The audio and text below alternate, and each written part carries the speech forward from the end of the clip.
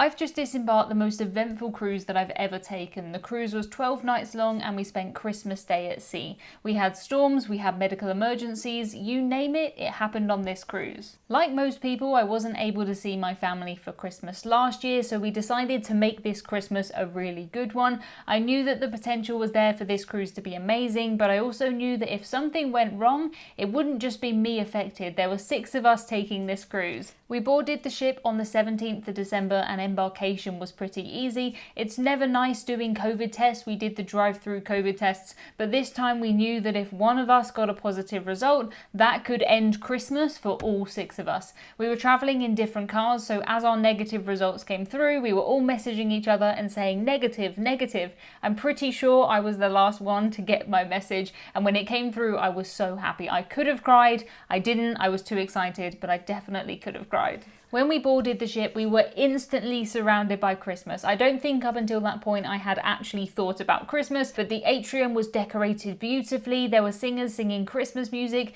There was even somebody ice skating in the atrium. I don't think I've ever had such a wow moment when walking into a cruise ship.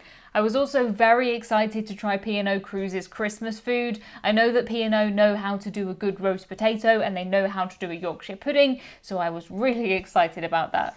The ship that we were cruising on was P&O's Ventura. I've cruised with P&O before, but a couple of my family members hadn't. I had promised them good things from P&O, so I hoped that they wouldn't let me down. I had heard a rumour that Christmas Day was going to be a formal night, and I hoped that that wasn't the case. I knew that a couple of my family members wouldn't want to wear formal wear for Christmas dinner, but I didn't want them to be excluded from Christmas. The idea of having Christmas dinner in the buffet did seem a bit sad, so I was hoping that that wasn't the case. After meeting the rest of my family, we had to go to our muster stations to get our QR code scanned. After that, we went straight onto a bar to grab a drink. We decided to buy drinks packages and I bought the children's soda package. I was told prior to the cruise that I couldn't buy that package because I was not a child, but P&O were happy to sell it to me on their website, they were happy to sell it to me on the ship, and I was happy to have it because I'm absolutely addicted to soda.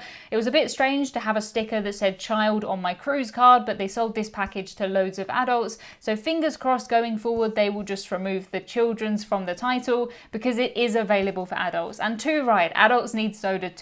P&O's Ventura was built in 2008 and you may recognise her even if you've never been anywhere near a P&O Cruises cruise ship. P&O Cruises and Princess are both owned by Carnival. In fact, Carnival own all of these cruise lines, and as a result there are some similarities between the different brands. This means that Ventura is the same design as the Grand Princess, the Star Princess and the Golden Princess. I took a cruise a couple of years ago on the Golden Princess, so it was very strange for me to be in such a similar but different cruise ship. When I would look at swimming pools like this, I almost expected to see that Princess Cruises logo at the bottom of the swimming pool. To me, I tend to think about P&O Cruises as being kind of a British version of Princess without all of the cool wearable technology that Princess has. There were lots of COVID measures in place during our cruise, and one of these was reduced capacity. The Ventura can hold a little over 3,000 passengers, but during our cruise she had just under 2,000. I did think that this may make the cruise ship feel quiet, but honestly I think a 2/3 full cruise ship is about ideal. It was still pretty busy, it didn't feel too quiet. You could get a seat almost anywhere that you wanted to, and I'm going to be quite upset when we go back to 100% capacity. There were other ways that COVID did affect our cruise, but more about that later. After having our drink, we decided to go and find our cabins. We had 3 cabins in total, 2 balcony cabins and 1 inside cabin. And for once, I was not in the inside cabin. My cabin was cabin L243, and we actually had the cabin next door as well. So we decided to ask our cabin steward if he could open the partitions between the balconies. It was so much easier than us having to go through the door, across the cabin, across the corridor, across the cabin and out the door again. If you are staying 2 cabins next to each other, ask your cabin steward. They do it all the time. It's pretty easy to open. The rooms are only cleaned once a day on a P&O cruise, and what that means is that your housekeeping team who are cleaning your room in the morning have different jobs in the evening. We would sometimes see our room steward as a waiter waiting tables for dinner. I cannot imagine doing both jobs, but they did it, and they always did it with a smile, which is extra amazing when you remember the fact that this is also Christmas for the crew. They're away from their family, they're away from their friends, and they're serving us with a smile while doing multiple jobs per day. Mind blowing.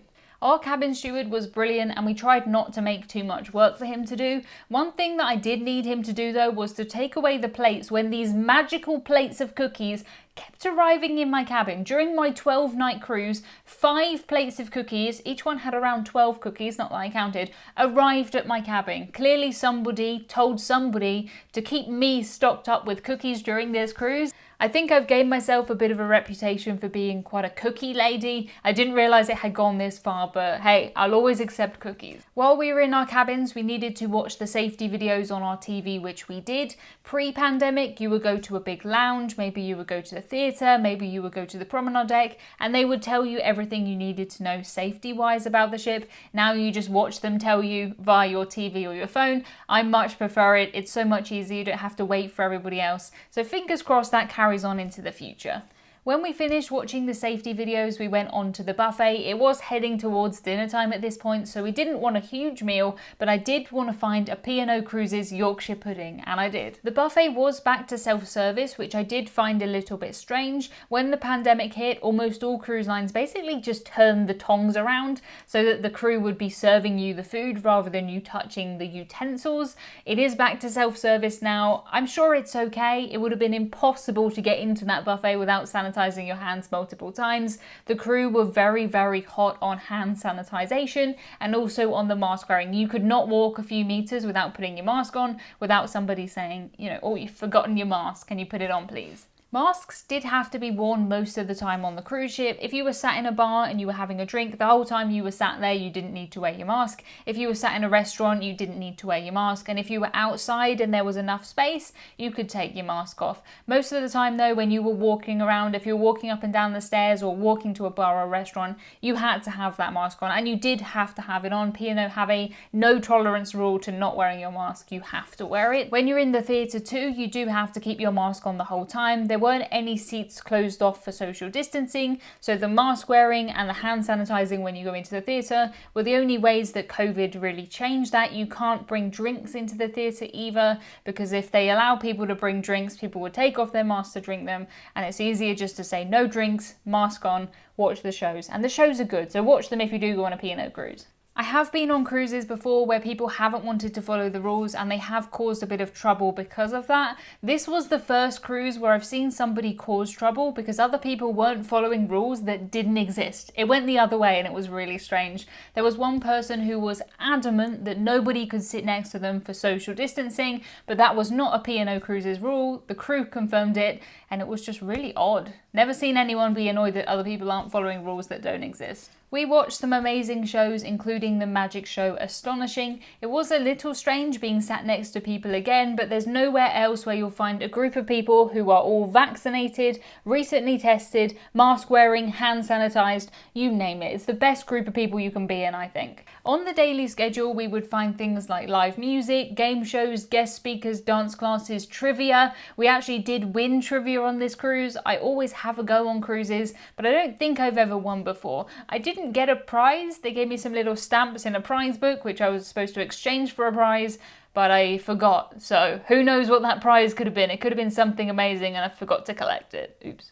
From the moment we boarded the cruise on the 17th of December, there were Christmassy activities on the schedule, there's Christmas music around the ship, but the Christmassy things on the schedule really increased as we went into Christmas Eve and Christmas Day. We had visited Gran Canaria and Tenerife, and then we were docked in Lanzarote for Christmas Eve. In the morning of Christmas Eve, we did all do COVID tests. We needed those negative results in order to get off in Portugal, which was our stop on Boxing Day. Your Britishism of the week is the word Boxing Day. Boxing Day is just the day after Christmas. It is a public holiday here in the UK. If Christmas Day or Boxing Day does fall on the weekend, the days off do just move into the week, which is quite nice. Apparently it's called Boxing Day because on this day the servants who worked for big houses would have the day off and they would go back to their families with a little box of gifts, which is nice. Around 50% of passengers on the cruise decided to do the COVID test so that they could get off in Portugal, and the rest stayed on board. Each COVID test cost us £18. It was done in Sindu, the specialty restaurant,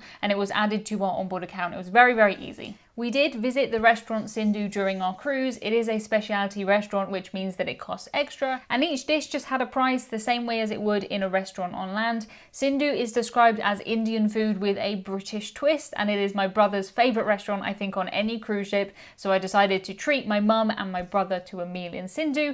My dad didn't make it, unfortunately, because he was feeling too seasick, but more about that later. We wandered around in Lanzarote on Christmas Eve, and I was wearing a dress and sandals on Christmas Eve. We found an amazing beach to sit on, and it was so nice to see the sunshine during the winter. When we came back on board the ship, we were alerted to the presence of somebody very special who was visiting Ventura. It was Santa. Santa was there to see the children and to sing us some Christmas songs. The house band were playing Christmas songs up on the pool deck, and this was the first time I'd seen the cruise ship busy. I wondered where all of these people had come from, because I'd never seen everybody together like that on the cruise before. It was around 25 degrees Celsius, which is in the late 70s Fahrenheit. For us Brits, that is absolutely sunbathing weather, and as you can see here, everybody was making the most of the sun. We only had a few days of sun on this cruise, and everybody was soaking it up like a little lizard. We are sun-powered, we need it. In the evening, there were Christmas carols playing in the atrium. You would often find live music here and dancing. It was a very popular area and it would fill up pretty fast, so we sat there for about half an hour before the Christmas carols happened. On the bottom level, there was a Costa. My family had a soft drinks package that included tea and coffee, so they would get tea, they would get hot chocolate, and I would of course get myself a Pepsi. There is food, there is cake, and there are cookies at Costa, and those are always free. You don't have to buy a drink from Costa to get those free cookies, and this was where I found my all-time favourite cruise ship cookie. Just look at that. In the evening, we watched a special Christmas show in the theatre with a man called Asa Elliott. He's a singer and you may recognise him from the TV show Benidorm. He was not the only celebrity on our cruise. We also had the politician and the author Anne Widdecombe. She was there doing talks in the theatre most days. I don't know how much they paid her to be here, but P&O certainly got their money's worth out of her. She was doing Q&As, she was doing all kinds of presentations, and they were always sold out, always sold out. Most of the theatre shows have to be pre-booked on P&O, as do most of the meals in the restaurants. One thing that I really like about the P&O Cruises app is they have a thing that's called a virtual queue. When you're ready to go to dinner, you don't have to physically go there and stand in a line. You press virtual queue, they get your table ready, and it messages you when your table's ready and you go. It's amazing. We decided to pick freestyle dining instead of fixed time dining, but both options were available. We would normally eat pretty early, around 6 p.m, so we never had to wait more than 5 or 10 minutes for our table to be ready. If we wanted to eat at 7:30 or 8, which tends to be a more popular time, sometimes we would have a wait of 20 or 30 minutes. That isn't new, that happens on all cruise lines, but it's so much nicer to be in a virtual queue when you're sitting in a bar having a drink or you're getting ready in your cabin, rather than kind of hovering around with one of those buzzers waiting for them to vibrate like you would on many other cruise ships. P&O Cruises app has some great features like the virtual queues, but it also has a few basic things that it's missing. One thing that it's missing is the daily schedule. There is no way to see the daily schedule, or at least I have never found it, in the P&O Cruises app, which I find strange because I think that's the main thing the app really should be for. This meant that my camera roll was filled of pictures like this, and if you're taking a cruise where the schedule's not in the app, take photos. Otherwise you'll be hanging around the bars and restaurants thinking, where was that thing that we wanted to see, and I don't know when it is. So take pictures, take pictures. The app did cause quite a bit of confusion during our cruise, and it turned out that P&O didn't have any way to update what was on the app once we were already in the cruise. Due to bad weather, they had to move a few shows around. So if you'd booked a ticket to go and see show 1, and then it was switched with show 2, you would still have a ticket for the first night, but not your show. So the booking would stay with the night that you booked it, not with the show that you booked. It seems like a strange way to do it. I booked the shows pretty much every single night anyway, so it didn't matter. But a few people were getting quite angry about this when they didn't have tickets to things that they thought that they had booked. There was one man on board who was getting incredibly angry. He was swearing, he was shouting, he was pointing because he didn't have a ticket to something that he thought he had a ticket to. He definitely could have seen that show even though he didn't have a ticket for it, but he got quite aggressive. He was asked to leave and he stormed off. The things the crew have to put up with, it just blows my mind. Who thinks it's okay to shout and swear over missing a theatre show on a cruise ship? You can watch it later, you can watch it in 5 minutes. For some reason on Christmas Day, I didn't make it up in time for the 7 a.m. Fab Abs class, but I did wake up, I did have a lie-in, and I did start my day with chocolate, which I think is how you're supposed to start Christmas. One of the best things about spending Christmas on a cruise is that you don't need to worry about presents. We made sure that every person had one present to open, and in Christmas tradition, I got a pair of Christmas pajamas, which was perfect. On Christmas Day, we watched Miracle on 34th Street, which I had never seen before, but that's a lovely movie. I had also seen Elf earlier in the cruise, and for those of you who like Die Hard, they also showed Die Hard. Not a Christmas movie, but they did show Die Hard. I was sad to see that the Christmas Day dress code was formal. P&O do take their formal nights pretty seriously, and I knew that there were a couple of people in my family who wouldn't want to come and do the formal dress code, which I completely understand. I'm more of a Christmas jumper kind of girl on Christmas rather than formal wear, but P&O love their formal nights. We had 3 formal nights on our 12-night cruise. Our Christmas dinner was really good. It was the traditional British Christmas dinner and it had 5 courses. For the rest of the cruise, we had flexible dining where we just ate at whatever time we liked. But for Christmas dinner, it was at a fixed time. Christmas dinner did take a little over 2.5 hours, which was quite a long time. I tend to be in and out for an hour, but when everybody is eating at the same time, it tends to go a bit slower because they're waiting for everybody to finish their starters before they move on. We had Christmas crackers, we had Christmas hats. It was a very good Christmas meal, just quite long. There were plenty of vegetarian options on the Christmas Day menu, as there were on all menus. P&O are definitely one of the best cruise lines for vegetarian and vegan dining. There was always at least one main starter and dessert that was completely vegan, and plenty of vegetarian choices, also gluten-free. You name it, they're good at that. I have photos of every single thing I ate on this cruise and some things that other people ate on my website. Don't read this post if you're hungry, but it is nice to look at the food. We also ate in the Beach House, which I think is my favourite restaurant on board. It is a specialty restaurant. It costs £7.50, which is around $10 per person, and the portions are huge. I had a halloumi sizzler, my brother had a giant, and I mean giant burger, and we had chocolate cake for pudding. It was brilliant, all washed down with pints of Pepsi. In the evening, we went back to the theatre to see the Christmas show, and then we went on to see karaoke in the pub. The pub was a very busy space, and I feel like P&O could have moved things from the pub to the bigger lounges. When it was trivia, when it was karaoke, you often couldn't get a seat in there because of how popular it was, and it seemed as though the bigger lounges, like the Tamarind and the Havana, were often empty at the same time. So maybe they could have just swapped those round to give more people a chance, because everybody wants to do Christmas trivia on a Christmas cruise, of course. Outside Havana, there were these incredible gingerbread houses and Christmas cakes. I doubt that anybody was able to eat these, especially in COVID times, but they looked amazing. One day they weren't there, and then the next day, this arrived. After spending such a long time in our cabins, they definitely did start to feel like home. One of my favourite things about this design of cabin is that there is a separate kind of closet wardrobe area outside the bathroom, so you can get changed here while someone else is in the cabin and you're not disturbing them. Our cabin had tons of storage, a kettle so you can make yourself tea every day, and very, very comfortable beds. Very comfortable beds. I had some amazing sleeps on this cruise.